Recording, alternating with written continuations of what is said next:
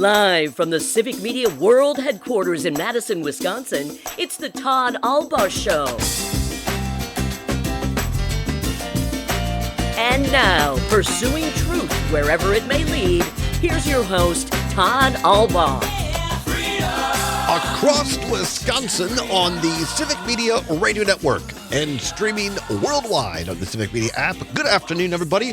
I'm Todd Allbaugh with the outstanding producer, Mr. Aaron Zommers, on the board. It is Tuesday, November 14th, 2023.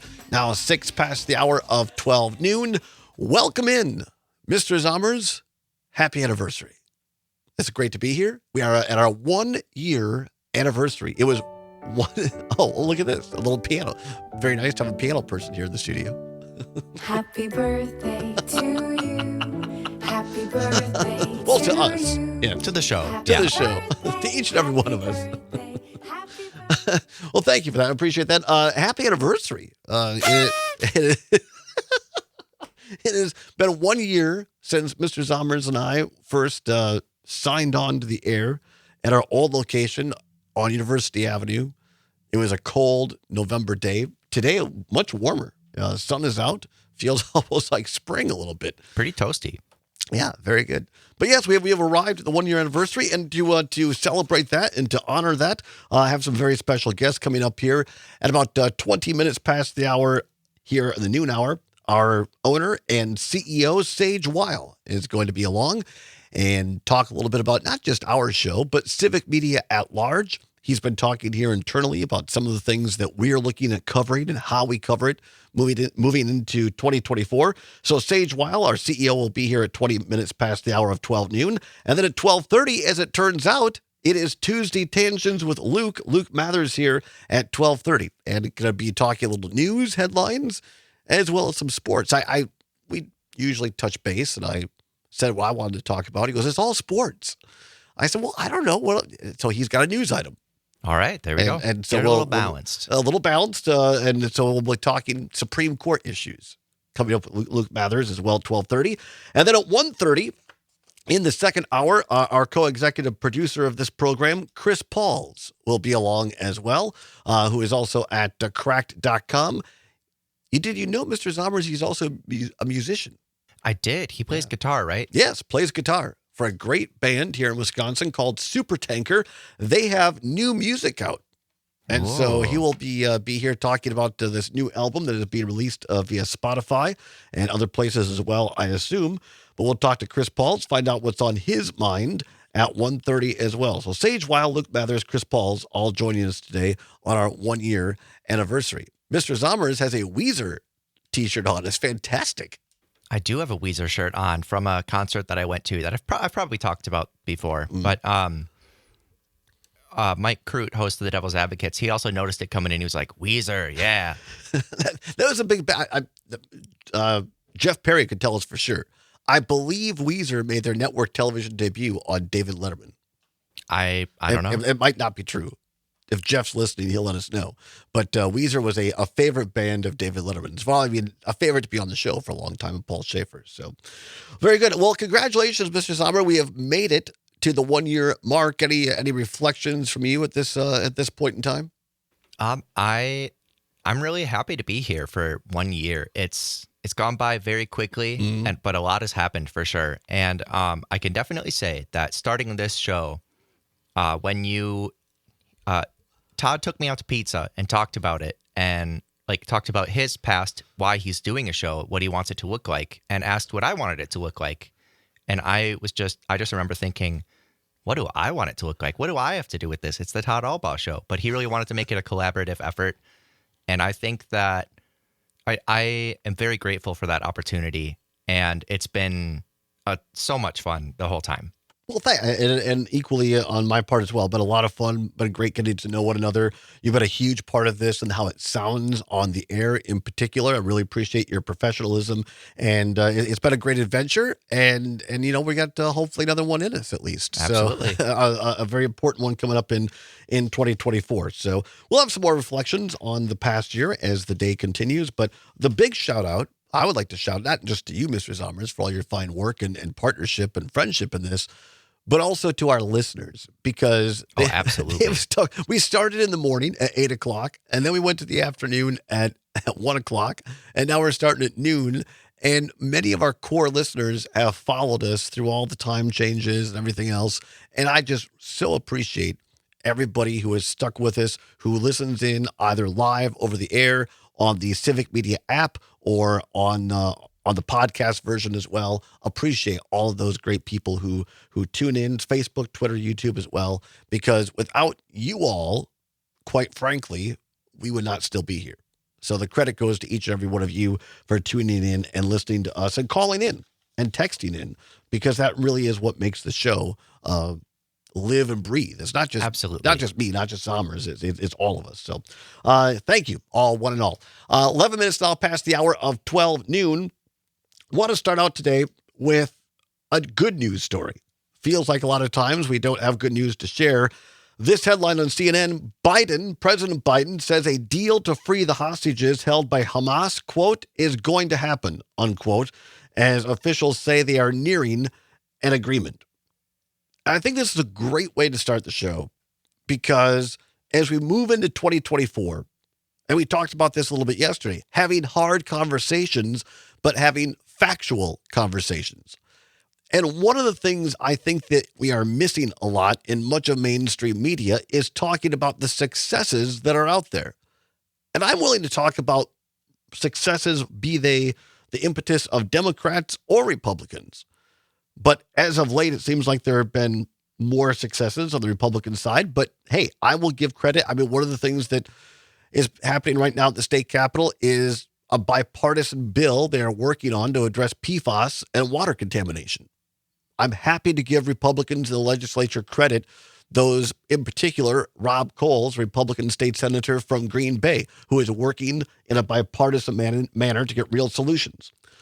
But here, breaking news, not breaking, but news today, President Joe Biden said today he believes a deal can be reached to release hostages being held by Hamas in Gaza, voicing optimism as he tells CNN that prolonged talks to free hostages are nearing an agreement. Quote, I've been talking with people involved every single day. I believe it's going to happen, but I don't want to get into detail, unquote. The president told White House reporters this morning.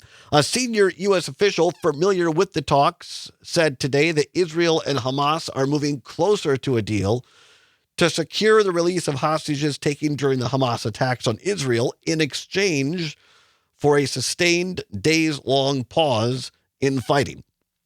The official stressed that while the parties have inched closer to striking a deal, the talks remained volatile and could still break down. Quote, it's closer, but it's not done, unquote. One European diplomat yesterday expressed optimism that some hostages could be released in the coming days or weeks. This is great news. And we've talked about this in a Wisconsin context, in particular here in Madison on the campus, but I know at other university campuses across the state, in other communities across the state. There have been pro-Israeli rallies. There have been pro-Palestinian rallies. I think there's a lot of disinformation out there and people getting riled up for perhaps the wrong reasons. But I think that we can all agree that any sort of hostages should be released, that innocent lives should matter on every side. Shouldn't matter what people's nationality is in terms of whether a life is sacred. But I think this is really positive news. And again, I point out that this could only come about if you have someone in the White House who is experienced, who knows all the players, who understands the volatile, tinder, dry danger of negotiations at this level. To the White House officials' point here in this story, very volatile and it could break down at any time. But here's a guy, Joe Biden, who has been in the United States Senate, spent years there, leadership, chaired committees, chaired the House Judiciary Committee, vice president for 8 years, and now president. And it takes that kind of gravitas, that kind of experience to create a team. It's not just him. It's the people that he chooses to head up the State Department, Antony Blinken. It's the people in the National Security Advisor, people that he appoints to ambassadors and chart affairs. It's the team that the president assembles that can get results like this. And again, I understand it's not done. But while others have been calling for extremes, I'll say, here's a president who has stood with Israel, not necessarily the Netanyahu government, but the Israeli people and our alliance with Israel, but yet has been negotiating behind the scenes. And it looks like now we're getting close to a situation where we have hostages that may be released, particularly American hostages, both Israeli Americans and Palestinian Americans, and that there will be perhaps a 4 to 5 day ceasefire to allow this to happen and for more humanitarian aid to get into Gaza. I'm very thankful that we have a person like Joe Biden in the White House right now. Somebody who can negotiate these things. And again, not a guy who is politically sexy from a media standpoint, not media sexy. Doesn't get you the great clickbait quotes that Trump does. But he just gets things done. Went and got gas last night, $2.93. $2.93. As we go into Thanksgiving, as we go into the holidays, gas prices coming down, inflation the lowest of any other democratic country in the world. And I get it that prices at the grocery store, they're still high. Not everything is coming down. But if you look at what this president has done in 2.5 years, compare unemployment record lows, job creation record highs, a lot of great things have been done over the last 2.5 years of a Biden administration, and with a lot of opposition in Congress. And again, I want to point out, it's not just one person. It ain't just all Joe Biden. It is the people that he appoints. And I think if you juxtapose that to what we talked about yesterday with Donald Trump, the people that he wants to appoint, again, I ask yourself, as a former Republican, does this align with what you believe? What Trump wants to do versus what Biden is already doing? That's how we open the show. We come back. We talk to our owner and CEO of Civic Media, Sage Weil, on the other side. Do not go anywhere. You're going to want to hear from him moving into 2024. This is the Todd Allbaugh Show on Civic Media.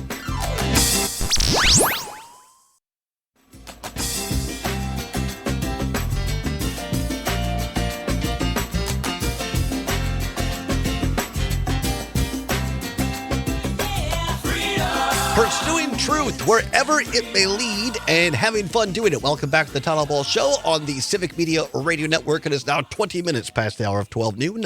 Welcome back in on a Tuesday, November 14th. Mr. Zommers on the board. Glad to have you along across the state of Wisconsin on the Civic Media Radio Network and on the app around the world. If you haven't got the app, it's a perfect time to do it. Just open up your iPhone or your Android device. Type in Civic, C-I-V-I-C. It'll pop up a beautiful little CM logo there. Click on that. Takes less than a minute. It is free, gratis, no dinero. Won't cost you a dime. It's what Gail King at CBS calls a deal. The Civic Media app. Download it today. The person who created the Civic Media app or had the idea for it, and this entire network joins us now on our 1-year anniversary. That's right. It was 1 year today that our show signed on the air. We are grateful to be here 1 year later. The CEO and owner of Civic Media, Sage Weil, joins us live in studio. Sage, how the heck are you? Pretty good. How are you doing there, Todd? Well, we've survived a year, so not bad at all. Congratulations. Thank you. Thank you to you. Before we start, I just want to say, Zommers and I talked about it at the top of the show. It is a privilege and an honor to have this opportunity to have a microphone, to go across the state, to be on an app that goes around the world. I don't take that for granted, and I just want to thank you for the opportunity and Civic Media for supporting us and putting us on the air. We are thrilled to have you on the air. Well, thank you. We appreciate that. 1 year later, we look at our show and kind of look back at what we did and where we're going. You've spent time, here at Civic Media internally, recently talking about, as we move into 2024, some goals in terms of how we want to talk about things. And I just wondered if you could share a little bit of that. And again, this has not changed. I've told this story before. I'm going to tell it quickly again. When I had my first interview with you, I thought it was a little too good to be true because A, who the heck is buying small radio stations across anywhere right now? And number two, usually there's an agenda, a large one-sided agenda to it. And so I asked you, I said, well, what's the deal here? What do you want me to say? And you simply said to tell the truth and do it with integrity. And I can tell people 1 year later that has not changed. Talk, if you could, please, about what you've been telling us internally about where Civic Media is going in 2024 and what are the things you want to focus on. Sure. I mean, I think the reality is there is an agenda, but that agenda is simply democracy writ large. So a year ago, when we were first getting off the ground and getting started, we went through sort of a mission, vision, core values sort of exercise, and we were a much smaller company then, but it was a great process. People were very involved and very enthusiastic, and we settled on a mission and vision statement and a set of core values that include, democracy, transparency, a bunch of stuff. And it's all on our website, so this is all fully transparent. And I think it was very helpful early on to sort of make everyone understand the reason why we're here and what gets us up every morning, and what the goals for the network are. But fast forward a year, and we're roughly doubled in size as far as people. There are a lot of new people involved, and it felt like it was time to sort of revisit that a little bit, and also just take another pass over those statements, make sure that they were still as clear and concise as possible, and try to tighten it up a little bit. And so we had a number of discussions internally and so on and so forth. And so this week, sort of we came up with our sort of new revised mission and vision statement, which are largely unchanged, except that they're much shorter and more concise, and I think a little bit more direct and forceful. And so I guess you want me to share those? Share a couple, but before you do that, I just want to talk a minute about, and again, you've been very transparent in the past. You've been a large donor to Democratic candidates, and there's no secret there. And I think that's great that you don't hide that. But again, you've told us internally to all hosts, all producers, that we're not here to promote intentionally a particular political side. It's whoever buys into pro-democracy. We're here to talk about that and them. Yes, 100%. Yes. And it's sort of an awkward political moment right now where you have only two political parties of note, and one of them is sort of actively trying to dismantle many of these institutions and norms. And so you only have sort of one choice if you want to vote pro-democracy, at least if you're paying attention to what's going on. But I view this as sort of a short-term situation, and I want to be very clear that as soon as we have Republican candidates who are championing democratic reforms that are valuable and actually improve the transparency and the ability of the electorate to select candidates that will truly reflect their wishes, then we would 100% want to support those people as well. This is not about one party over another. It's about candidates who are defending and championing democracy and the democratic process, so that we can get to a point where we can improve the system and not just sort of prevent it from crumbling. I had an eye-opening moment like last week when you and I talked briefly, or maybe it was, time goes so fast now. I'm getting old, Sage, but he's still young. I'm getting older. But I think you nailed it when we were talking about in terms of people who bring to the table, and you're a big proponent of ranked choice voting. And we had a caller call in last week who echoed this.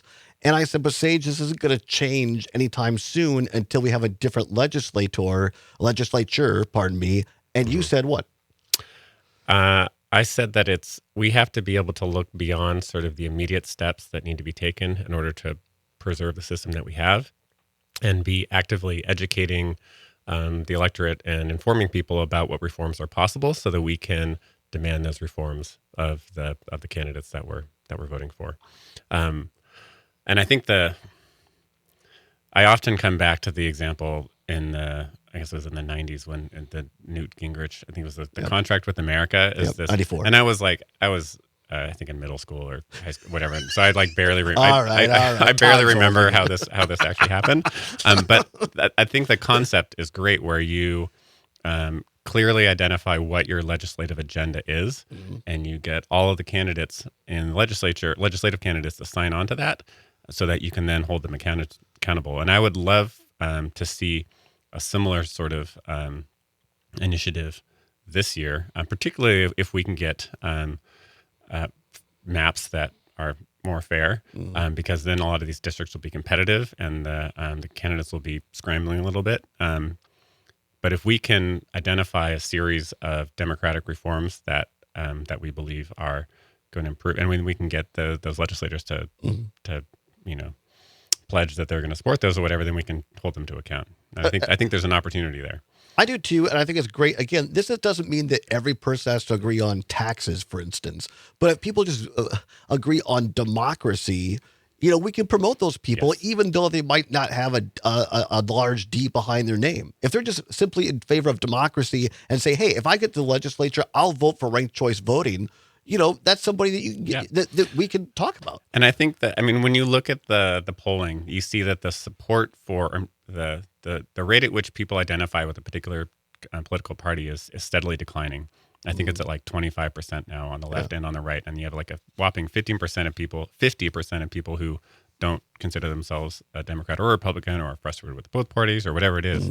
I think this is an opportunity for us to build an environment where there are more than two political parties, and more importantly, to frame our sort of our social identity, our tribe, if you will, in nonpartisan terms.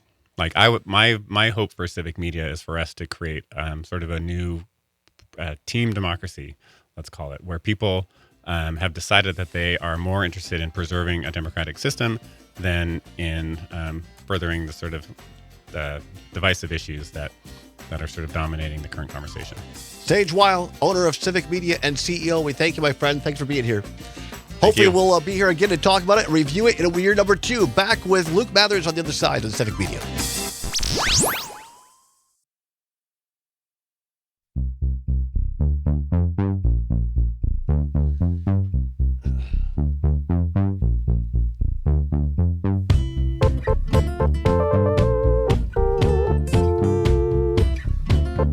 Welcome back to the Todd Allbaugh Show on the Civic Media Radio Network. I didn't know where the ethics part was going to go. All right. I have no ethics. 34 minutes past the hour of 12 noon. Welcome back into the Todd Allbaugh Show, our 1-year anniversary show on Civic Media. Mr. Sommer's on the board. A little funky music there for our next guest. He joins us each and every Tuesday. He was kind enough when we began this company to have me join him once in a great while on his show, and then he's just been nothing but a kind person and a wonderful person ever since. And we're glad to have him along every Tuesday.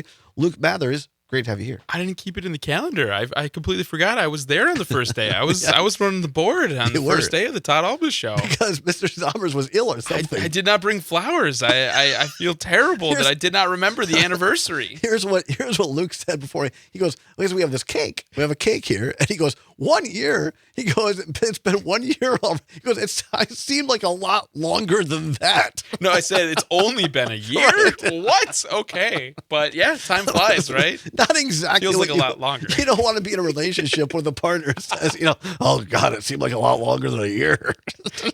Well, it could also be interpreted as, it feels like we've been together forever. I didn't get that vibe. I didn't get that. Yeah, Mr. Zommers has got some rosy glasses. I was like, what? How? No, it feels much longer than that. We've been putting up with this Yahoo for a year. Jeez. Well, thank you in all seriousness. We appreciate all the support. I appreciate your support personally. I appreciate the support professionally. You've been nothing but a kind person and supportive of this show, and we could not still be here without you. So thank you. I appreciate that. Well, I think you're doing tremendous work, Todd, and appreciate that you're able to let me on and join you for a tangent here or there on a Tuesday. Well, it's always a pleasure. And speaking of that, we're going to get right into it because Luke is here's the deal. Luke is obsessed with good government, and that's one of the many things I love about him. And we have not had a U.S. Supreme Court update in a while, been a lot of other things on our plate, but thank goodness, Luke, you've been on top of it. Something you've talked about, Clarence Thomas, who has fallen short. It's not just him, but in particular him. Yeah. But now these justices, and tell people if it be so very kind, the Supreme Court has decided to kind of sort of police themselves with passing the first of its kind ethics guide. But does this really mean a hill of beans? Well, I think we got to be careful with what words we use to describe this code of conduct that they adopted yesterday. According to the U.S. Supreme Court, they came out saying that we're all gonna adhere to these principles. But I don't think you could use the term police to describe it, because police infers some form of enforcement, Todd. Yes. And this has none of that. Well, it seems like a junior high. You know, when the teacher monitoring the lunchroom says, you know, don't throw your food, behave yourself. I'm going to the teacher's lounge to read a paper, and then they leave, and then it's up to the students to police themselves. Oh, and then we come back and we see food everywhere, Right. and it's kind of like, well, who threw it? And it's like, I swear I'm going to sign on this little piece of paper saying it wasn't me. How did that happen? But yeah, exactly. And so it very much feels like a big nothing burger to me. I hope maybe we can be optimistic about it. Maybe this is something that will help restore integrity to the branch of government that in recent polling we've seen, Todd, has been tanking in public approval. And so maybe, but I'm not super optimistic about what came out yesterday, because it's pretty soft in the language. And the outlet that I've been using to cover a lot of this, because they're doing excellent reporting, is ProPublica.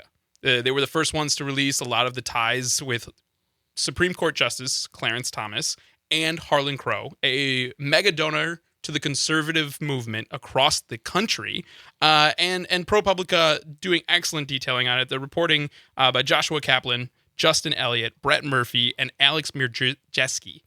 Sorry, Alex, butchered that last one. But and they kind of gave a nice write-up of the piece that they have yesterday of the Supreme Court adopting this code of ethics. But in the piece, it says the new document largely echoes the code of conduct that applies to lower court judges. Many of the prescriptions are lofty but vague.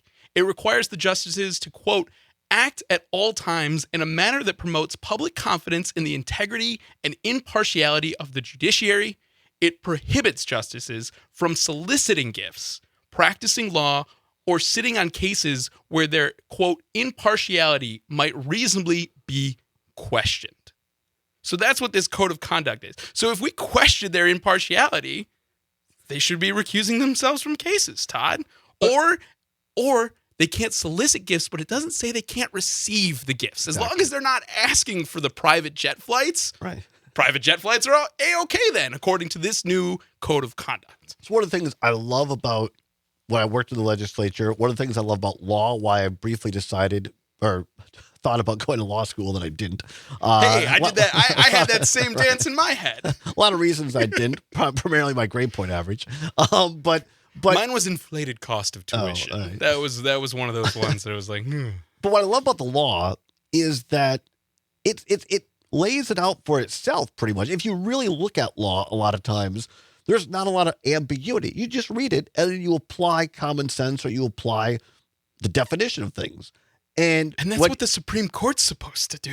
Right. Like the Supreme Court's the arbiter of what is and is not in those laws. And you would think that there would then be, when you break the law, if you break the code of conduct, that there would be a body put together, as there is for lower courts, to say, okay, there's going to be somebody to, using your language, police the ethics of the nation's highest court. And this code of conduct just simply falls short of doing anything close to that. It's all of them signing on the dotted line saying, we promise to adhere to not ask for the gifts, but, if the gifts show up, we promise not to do anything overtly political unless, we just deem it not political. And so it seems like a big old nothing burger, Todd. Well, to your point, using this term will not solicit gifts. Like, I'm no Matt Flynn, I'm not an attorney, but to me, if they were serious about it, instead of saying the Supreme Court shall not or will not solicit gifts, you would simply, the language would be something along the lines of, no member of the Supreme Court shall receive, accept, or otherwise receive a benefit that could be construed in common terms as influence in the court of law or in proceedings. That would actually be addressing the ethical questions, though, Todd. That's not just a nicely signed letter that all 9 of them, because that's essentially what it came down to, I think. Right. Is the 9 Supreme Court justices wanted a letter, and it's about, I want to say, a 9-page code of conduct. They wanted something that all 9 of them could agree upon, Right. and you have to then go down to the lowest common denominator. Because if you want to get unanimous consent for this code of ethics, you have to go down to whichever Supreme Court justice is the one that's like, I don't like that language. And I have a feeling Clarence Thomas was probably that lowest common denominator from all of the reporting that ProPublica has put out there. Hey, maybe it was Alito, because Alito, he also likes his private jet flights. He got one all the way to Alaska that, there's no monetary value to flying on that private jet because the seat was otherwise going to be empty, Todd. And that's the arguments that we get to hear from the nation's highest court and the individuals that sit on it. In political terms, we call this window dressing. It's nothing more than there's the same thing. You just dress up the window to make it look different. There's nothing really there to prevent the draft from coming in the cracks. Well, the window dressing may be working, though, too, because U.S. Senator Dick Durbin, who sits as the chair of the Judiciary Committee, had some potential subpoenas that were going to go out to individuals to see what's going on with these ethical questions that were being raised from the reporting by ProPublica and other major news outlets across the country as well. It seems like the one going out to Harlan Crow got the brakes pumped on it a little bit in recent weeks. So, yeah, so the window dressing maybe seemed to be working, but I think it's important. This is a story, and as you said, I get pretty. This one boils my blood. And for good reason. When I hear about this stuff, it is something that I am focused on, and I'm keeping an eye on it. But it's important that we don't let this kind of just pass by and continue to be the norm, because it's been building up for years. This isn't it's not new revelations, and if we don't demand better from our elected officials, because Congress could do something. Congress could pass laws to create that enforcement body and actually police the ethical questions that some of the members of the nation's highest court are raising. But it takes public pressure to encourage our lawmakers to take those steps and take that action. To your point, this has been going on for several years. I know Matt Flynn has talked about it on his show, Matt Flynn Direct, immediately after hours, and he is an attorney and knows the court system better than anybody I know. But as a student of history, I know you are as well, it seems to dovetail what's happening in the Supreme Court right now with also this lack of ethics and character in our elected bodies, whether they're in Congress or whether they're in Wisconsin's legislature, things that otherwise people would have done in the past, which would have been, oh my gosh, you can never get reelected or you're going to have to resign. The audacity of some of these actions has just grown. Luke, do you think it ties in with the audacity of the Trump candidacy and the presidency of 2016? Or is it just a snowball down the hill from everybody? What is causing these people to just not have any sort of norms like we did in the past? I think it goes much earlier than 2016, though. I think 2016 was a big wake-up call, but these things, like the Federalist Society, specifically in talking about our judiciary here, has been at this long before 2016. This has been a concerted effort by individuals that want to reshape the courts here in the United States for decades. And so I think that there is some tie-ins there.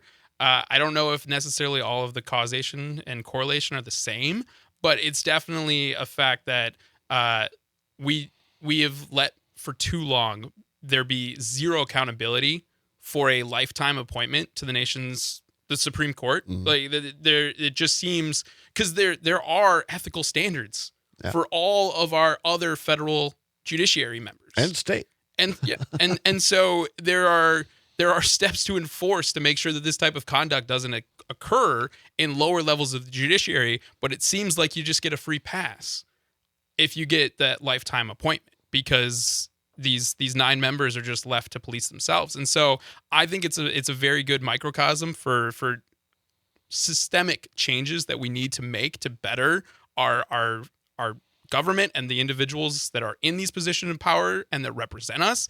And I don't think it's just the Supreme Court, though. I'm sure we see members of Congress, George Santos, just serving his term, just going through. And yes, there was a censure vote in recent days, but it's bubbling up in a lot of different places, Todd. And I would hope that passing some form of code of ethics that would actually be enforceable and prevent behavior like we're seeing on the Supreme Court would be at least the first basic step, because this just feels like hopes and prayers written down and then signed by the 9 Supreme Court justices. Talking to Luke Mathers on our Tuesday Tangents with Luke each and every Tuesday. Luke, I want to get your take on this. It was on As Goes Wisconsin, and Jane Matnair and Greg Bacher filling in for our friend Kristen Bry, who's on maternity leave right now. Jane asked me, I want your take on it. In Ohio last week, voters codified abortion rights, women's health care rights in their constitution. And within 48 hours, Republicans in the legislature in Ohio said, oh, yeah, we're actually going to do an end runaround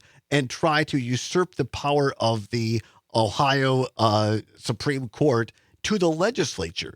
And again, does this fall into this disregard for norms like in the U.S. Supreme Court? Now these legislatures, and we see this in Wisconsin with these goofy, impeachment things. Your quick take on that. We can follow it up on the other side. Yeah, we see it in North Carolina when lawmakers there want to go around their voters. You see it in Michigan. Michigan passed redistricting to allow the citizens of Michigan to be the ones to draw the maps. Republican elected officials said, no, we're just going to do an end around. In Florida, they re-enfranchised millions of, like 1 million plus voters for previous criminal convictions. If you were no longer serving time in jail, you were supposed to be able to vote again. They said, nope, we're going to do an end around there. Time and time again, it's not a one-off. This is a consistent habit when there are conservative lawmakers that do not get their way. When the voting public says, we want to do this, and those conservative lawmakers don't agree with whatever that policy initiative may be, they're going to take all measures they can to be able to try to prevent that. We saw it here in Wisconsin, too, with the lame duck session. Tony Evers got elected, and they said, no, we don't want you to have all the powers that Scott Walker had. Next week, an important day. On Tuesday, Supreme Court takes up fair maps. Talk to Luke about that. And yes, we will talk about sports for a second, too. Luke Mathers, Tuesday Tangents with Luke. Don't go anywhere. It's the Todd Allbaugh Show. This is the Civic Media Radio Network.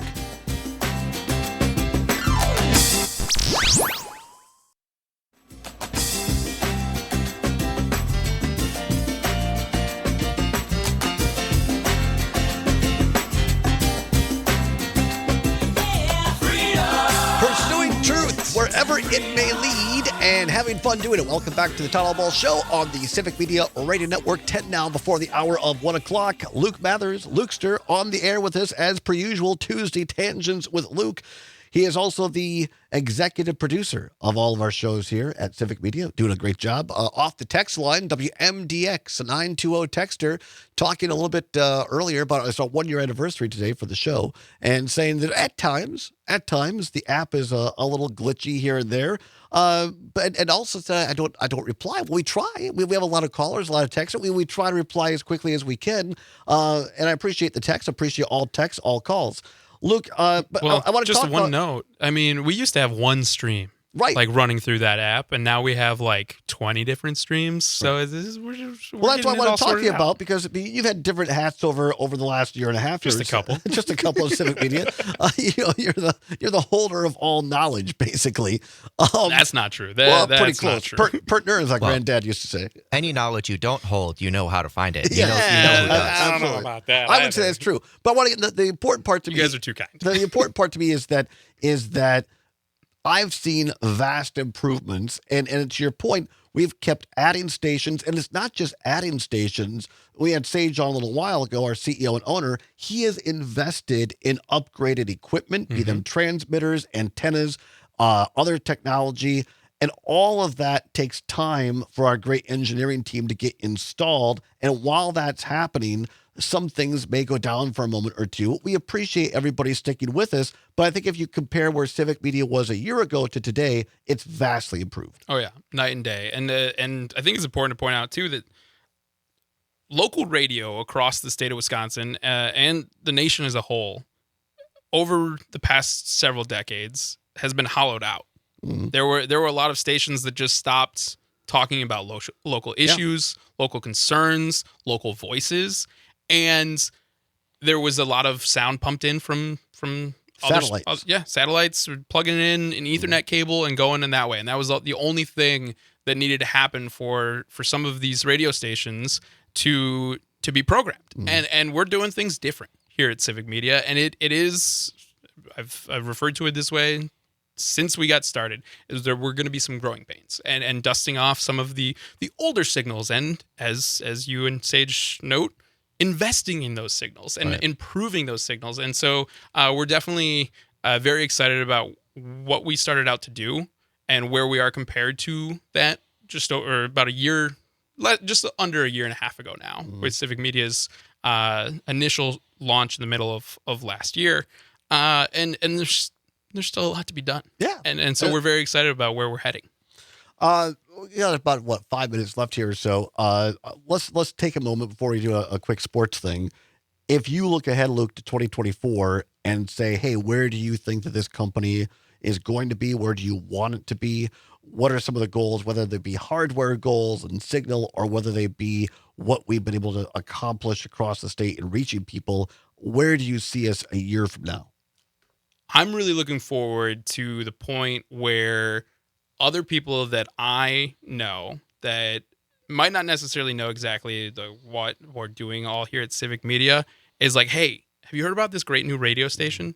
Have you heard about this great new radio program? Let me tell you about it. Because once we start hearing more from the word of mouth of the people, because I think that there's a lot of tremendous work that we're doing here, so it can come from a lot of different angles. It could be local sports broadcasts, like tremendous markets, Richland Center, Wausau, Waukesha. We're doing sports broadcasts that you can't find anywhere else. It could be all the way up to Brewers coverage. I found a new Brewers station. They're part of Civic Media. Have you heard about that? Like, that's what I'm excited for, is going to be the organic word of mouth that more and more Wisconsinites hopefully will be talking about us, and we're going to get the word out about what we're doing here at Civic Media and let people know that we're going to be a platform that they can tune in for local news, local commentary, weather, sports, everything. And so that's really what I'm looking forward to in 2024. It's going to be a great year. That works better when it's organic. When I tell my friends, like, hey, this thing's going to be on Civic Media and I think you're going to enjoy it, and I'm sincere, I'm not saying that because I work for it. I'm like, hey, this is a topic about a particular sports team, or we have this guest from this TV show that I think you're going to enjoy. And then they're like, haha, Aaron, such a shill for Civic Media. And I'm like, no, I actually think you'll like it. Yeah. There's some really great, talented people. And again, I'm happy to be a small part of it and glad to be here on the team each and every day. I want to get, speaking of teams, we talked about this a little bit last week. Of course, Craig Counsell going to the Chicago Cubs. We'll let that alone. The last night into this morning, it appears now, and I have a buddy of mine who is kind of a Brewers insider that I had dinner with. I went to the Badger game with him last, Badger basketball on Friday. By the way, the Badgers look good despite the loss, because Tennessee, I think, is probably an Elite Eight, maybe even a Final Four team. Badgers do not look bad, unlike the football team. But what I want to ask you, about, Lukester, A lot of caveats in there. yes, but what Tangents is one may say. What I want to ask you about is, apparently now the bench manager, Pat Murphy, for the Brewers has been elevated. And according to my buddy who's a Brewer insider, there was kind of a struggle in the organization. Do you elevate Pat Murphy, or there was this guy in AAA in Nashville who was a real hot manager, or do you bring him in? The fear was, if they did that Pat Murphy might get snatched up by another organization. Yeah, I think the internal hire of Pat Murphy, it kind of makes a lot of sense just from what I've been seeing about it. I think a lot of people in the Brewers front office thought Craig was going to stay. So the fact that he left last week and announced that departure to American Family Field South is what I like to refer to that historic field down on the north side of Chicago.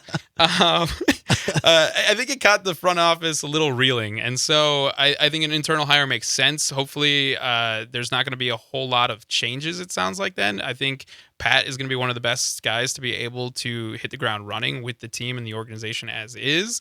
And I think with some right moves and maybe a free agent signing here or there, the team could be prepared to return to the playoffs next year. You think so? I think so. Right. And so I think the talent's still there. It's going to be a question of how healthy our bullpen can stay the entire season, but that's not on Pat Murphy or Craig Counsell if he was still the manager. Those things just are left to happenstance. There's just the season. It's a long season of baseball.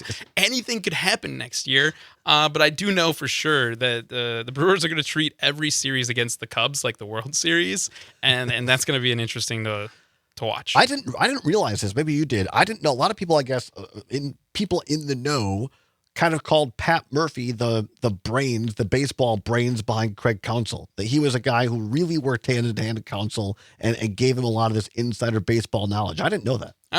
I didn't know that either. I don't want to diminish what Craig has done with the club, most winning manager in Brewers history. But if that's who we got to lead the team, I'm all that more confident that the Brewers should be able to have success in 2024. I'm always confident to have Luke Mathers by our side. Luke Mathers, Tuesday, Tangents and Luke's. Thank you, my friend. We appreciate you. Thank you, Todd. Thank you for the last year. Happy 1 year! Thank you. We got cake. We got Zommers. We got hour number 2 and Chris Paul's on the other side. And what's worse, don't miss it.